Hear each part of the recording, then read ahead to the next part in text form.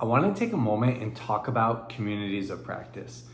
It was something, honestly, before stepping into the space of building Come Home and being part of some of these projects and initiatives going on, and just being in kind of the isolated bubble of a building in a district, I really wasn't that familiar with communities of practice.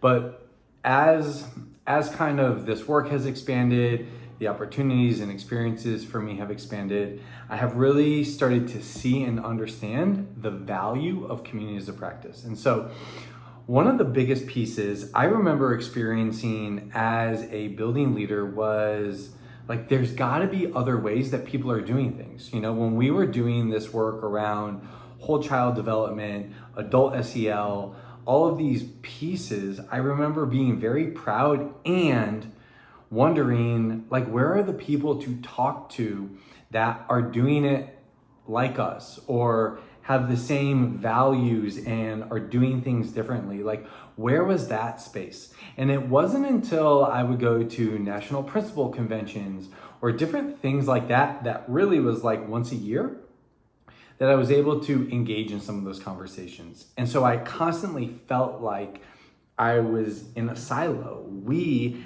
as a school were in a silo. And how could we break out of that silo? Because there's so many great people doing so much good work, and like, how could we learn from one another? And I actually, to be honest, when I was in that position, I wasn't even just thinking about education. I was like, there's people in workforce doing this. There's people in healthcare doing this. There's people in professional sports doing this. Like, why are we not continuing to connect and collaborate across industries to have these conversations, or with even in our industry? So communities of practice have been huge, because communities of practice are a way for people to connect, to learn, to grow, to process together through specific lenses. I had the opportunity to lead a community of practice for principals in the state of North Carolina, and that's something that is ongoing and something that I really, really love.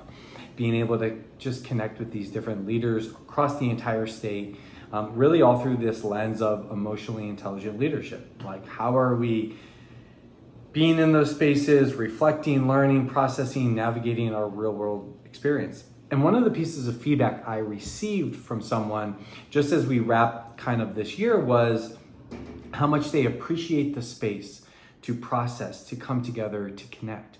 Because when they were in their master's program, when they were in their undergrad program, they had that space. They had people coming together to learn, to share from their experiences and to process. They even had mentorship and professors that were there to kind of be a different perspective, to be a sounding board, a processing space. And then when they enter into industry, it disappears. They then are supposed to be that for everyone else and don't get that for themselves.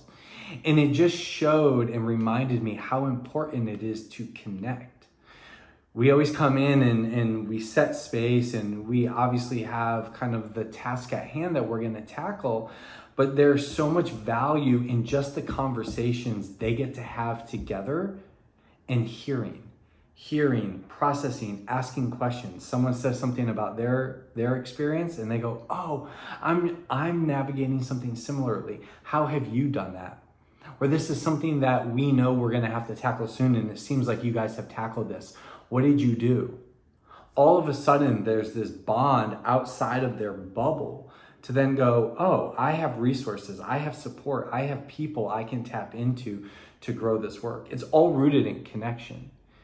And so these communities of practice are major, even as things are evolving currently, and some of these big initiatives and projects are starting to be designed and developed, and partners are being included, and all those pieces.